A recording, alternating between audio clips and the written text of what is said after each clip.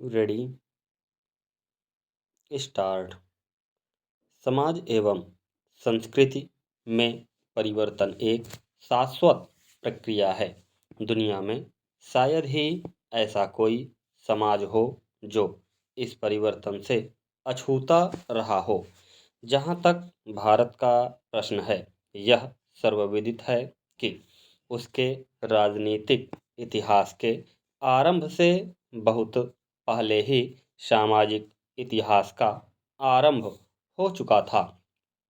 कहने का तात्पर्य यह है कि भारत में सामाजिक व्यवस्था के उदय का इतिहास कम से कम 4000 वर्ष पुराना है और समय के साथ इसका तमाम परिवर्तनों से साक्षात्कार हुआ। लेकिन आज़ादी के बाद देश की विभिन्न आर्थिक राजनीतिक परिस्थितियों ने सामाजिक व्यवस्था को पूरी तरह से बदल डाला।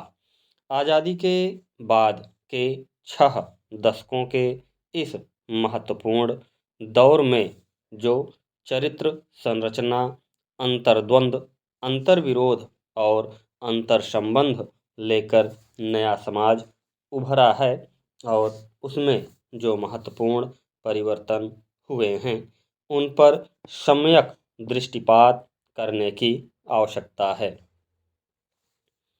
दरअसल 60 साल के बाद का भारत कृषि और औद्योगिक क्रांति के प्रत्यक्ष दिग्दर्शन से उभरा हुआ भारत है, जो अपने औपनिवेशिक चोले को लगभग त्याग चुका है।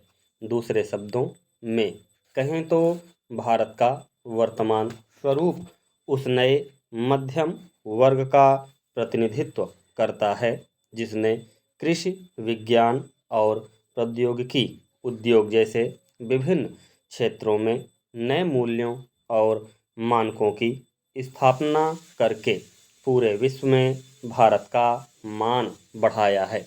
इसके इन प्रयासों के फलस्वरूप देश में आर्थिक आत्मनिर्भरता, उत्पादकता, उद्यमशीलता और जोखिम उठाने की क्षमता में गुणात्मक वृद्धि हुई है।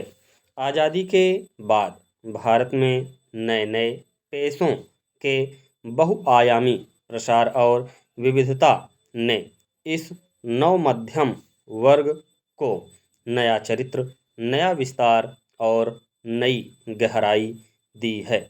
इसके अलावा भारत में शिक्षा के क्षेत्र में आए क्रांतिकारी बदलाव ने जिस शिक्षित वर्ग को जन्म दिया है, उसका चरित्र, उसकी आकांक्षाएं, उसके लक्ष्य और समाज में उसकी भूमिका उस मध्यम वर्ग से बिल्कुल भिन्न है जिसका जन्म ब्रिटिश शिक्षा प्रणाली से हुआ।